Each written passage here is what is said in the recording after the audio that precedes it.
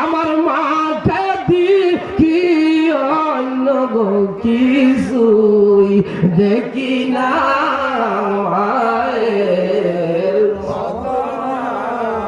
আর 10 মাস 10 দিন গর্বের